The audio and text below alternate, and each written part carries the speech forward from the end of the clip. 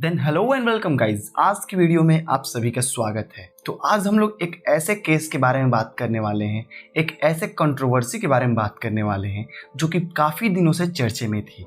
जी हाँ, बिल्कुल आपने सही सुना। हम लोग नुपुर शर्मा के कंट्रोवर्शियल स्टेटमेंट से जो हुई कंट्रोवर्सी, उसके बारे में आज हम लोग डिस्कशन करेंगे। तो गाइज ये पूरी रिपोर्ट है जो कि शुरू से लेकर अंत तक जो भी कंट्रोवर्सी जहाँ से शुरू हुई थी और जहाँ तक ख़त्म हुई है, वहाँ तक आपको इस वीडियो में जानकारी मिलेगी। हालांकि ये वीडियो बहुत ही लेट से पोस्ट हो रही है क्योंकि आपको भी पता है जब भी कोई भी मामला गर्म होता है उस समय पे अगर आप वीडियो को अपलोड करते हैं तो किसी के सोचने समझने की शक्ति नहीं होती है, तो कोई भी किसी वीडियो पे कुछ भी कमेंट कर देते हैं। इसलिए मैंने इसको लेट से पोस्ट किया है ताकि आप लोग सोच समझ वीडियो पे रिस्पॉन्स।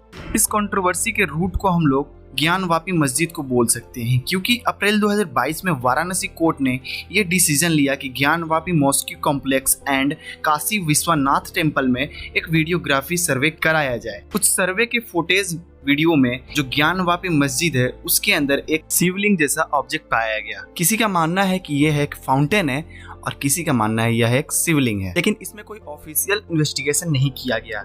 और उसके बाद बहुत सारे लोगों ने सोशल मीडिया पे इसका ट्रोल करना शुरू कर दिया। कई लोगों ने मजाक उड़ाना शुरू कर दिया। किसी ने रोड बैरियर्स के फोटो को अपलोड करके शिवलिंग का नाम दे। तो एक ड्यू की हिस्ट्री के प्रोफेसर ने, जो कि रतन लाल हैं, उन्होंने एक ऑब्जेक्शनल सोशल मीडिया पे पोस्ट डाला। वो इस मजाक को और एक लेवल ऊपर तक ले गए, तो उनपे एक FIR भी हुई और उनको अरेस्ट किया गया। इनके खिलाफ सेक्शन 153A, जो कि किसी दो धर्मों के बीच हेट फैलाने के लिए लगाया जाता है। इन पे एक और सेक्शन लगाया गया जो कि सेक्शन 295A है, जो कि किसी धर्म आस्था के ठेस पहुंचाने के लिए लगाया जाता है।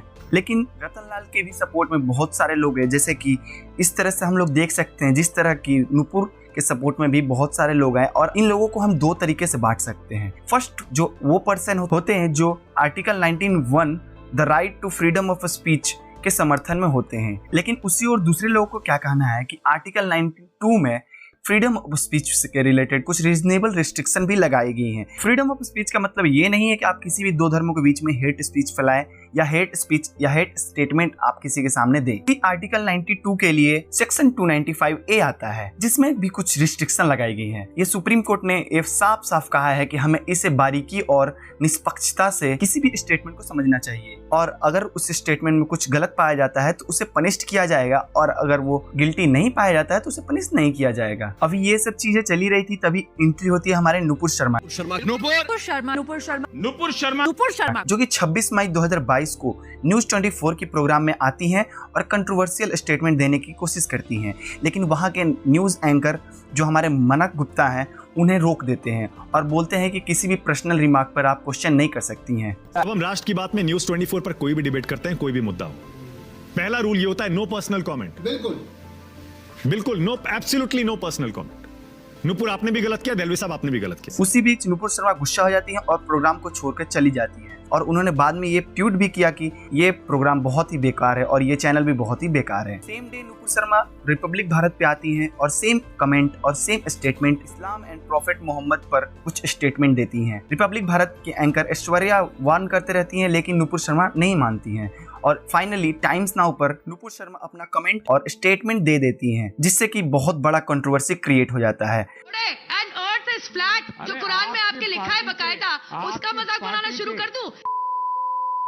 अब उसके कुछ ही दिनों बाद हमारे नवीन कुमार जिंदल की एंट्री होती है, जो कि बीजेपी दिल्ली मीडिया के हेड हैं। उन्होंने इस्लाम के खिलाफ प्रॉफेट मोहम्मद और आयशा की मजाक उड़ाते हुए एक पोस्ट डाला, लेकिन अभी तक इस पे कोई एक्शन नहीं लिया गया था। लेकिन इंटरनेट पर ये चीजें बहुत ज्यादा वायरल हो रही थी और कुछ ही दिनों बाद ये चीजें अरब कंट्री में भी वायरल होने लगी। उसके बाद 16 अरब कंट्री ने इंडिया से अपोलॉजी की डिमांड की। अरब देशों में हमारे इंडियन प्रोडक्ट को बाइकआउट किया जाने लगा। अगर हम इसी चीज को एक अनदर एंगल से समझें तो डेमोक्रेसी की जननी जो कि फ्रांस है, जब फ्रांस मैगजीन चार्ली हेब्डो ने ऐसे तरह के कार्टून को छापा था जो कि इस्लाम और प्रोफेट मोहम्मद के खिलाफ थी, इसको लेकर भी फ्रेंच और अरब देशों में बहुत ज्यादा हल्ला मचा था। लेकिन इसके सपोर्ट में फ्रांस के राष्ट्रपति इमैनुअल मैक्रोन खड़े हुए थे और उन्होंने ये चीज को क्लियर कर दिया था कि हम लोग फ्रीडम ऑफ स्पीच पे भरोसा करते हैं और हमारे यहाँ ये सब अलाउ है, और उन्होंने कहा कि यही हमारी पोजीशन रहेगी और यही हमारा लास्ट डिसीजन है। लेकिन इंडिया में सेक्शन 295A के रहते हुए भी जो ब्लास्फेमी को होने से रोकते हैं, फिर भी इस्लामिक कंट्री को देखते हुए मोदी सरकार नुकसान रोकने के स्थिति में आ गई, यानी कि डैमेज कंट्रोल मोड में आ गई। इंडियन एम्बेसी के स्पोक पर्सन ने कहा कि ये ट्वीट इंडियन गवर्नमेंट के व्यू को रिफ्लेक्ट नहीं करती है, ये फ्रिंज एलिमेंट के द्वारा किए गए हैं। यहाँ पर एक नया वर्ड इंट्रोड्यूस होता है, फ्रिंज एलिमेंट। फ्रिंज एलिमेंट को हम लोग हिंदी में ट्रांसलेट कर सकते हैं, इसका मतलब सड़क छाप है। लेकिन सवाल ये उठता है कि जो भी कंट्रोवर्शियल स्टेटमेंट थी वो बीजेपी के स्पोक्स पर्सन के द्वारा ही दिए गए थे, तो क्या बीजेपी को 140 करोड़ वाले देश में सड़क छाप ही मिलते हैं अपने पार्टी में स्पोक्स पर्सन बनाने के लिए? तो एज अ रिजल्ट ये हुआ, बीजेपी ने नुपुर शर्मा और नवीन को अपने पार्टी से निकाल दिया। बाद में नवीन ने ट्वीट करके माफी भी मांगी, नुपुर ने भी अनकंडीशनल अपॉलॉजी मांगी, बीजेपी ने भी प्रेस रिलीज किया कि धर्मों के रिस्पेक्ट करना हमारा जिम्मेवारी है और हम सारे धर्मों को रिस्पेक्ट करते हैं। यहाँ तक तो सब चीज ठीक चल रहा था, लेकिन 8 जून को 2 FIR हुआ, एक नुपुर शर्मा के खिलाफ और एक FIR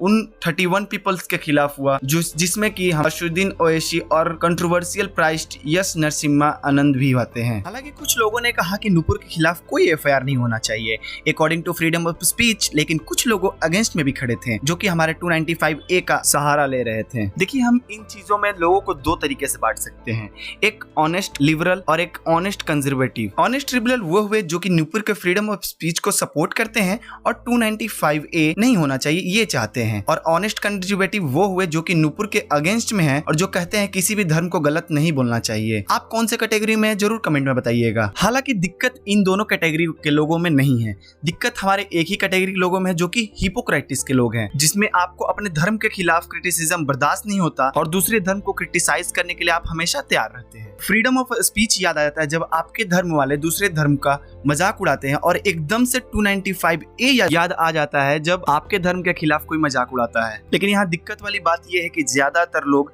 हिपोक्रेटिस से ही आते हैं। नुपुर शर्मा के कमेंट के बाद जगह जगह पर दंगे हुए, पत्थरबाजियां हुई और बहुत सारा नुकसान हुआ। मास के बाद मुस्लिम समुदाय बड़ी संख्या में सड़क पर आया। AIM के लेजिस्लेटिव इम्तियाज जलील ने तो नुपुर के हैंगिंग के लिए भी पोस्ट कर दिया।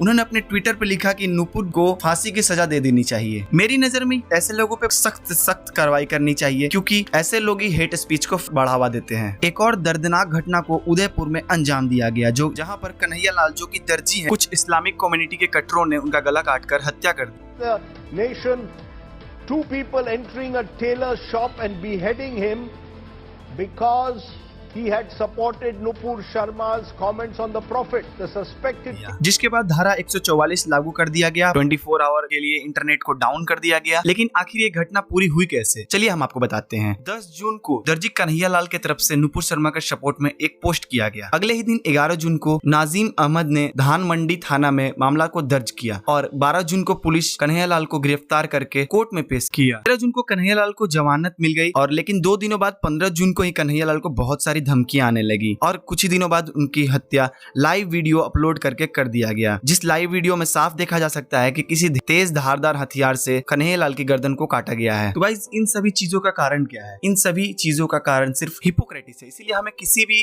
मुद्दे को दोनों तरफ से देखना चाहिए, और जो भी लोग किसी भी वक्त पे किसी भी दंगे को भड़काने की कोशिश करे उसके खिलाफ सख्त से सख्त कार्रवाई हमारे सरकार को लेना चाहिए। लेकिन अगर हम लोग बात करें नुपुर शर्मा की, उन्होंने कोई दंगा को भड़काने की कोशिश नहीं, हमारे ऑनरेबल सुप्रीम कोर्ट ने उनको दोषी पाया और सारे दंगे की जिम्मेवारी को नुपुर शर्मा के कंट्रोवर्शियल स्टेटमेंट को single-handed LT. In fact, she is fully responsible for what has happened in the country. तो गाइस, आगे क्या होने वाला है आप लोग सब देखते रहिए। तो फिर मिलते हैं आपसे नई वीडियो में, तब तक के लिए मुझे दी इजाजत। जय हिंद, जय भारत।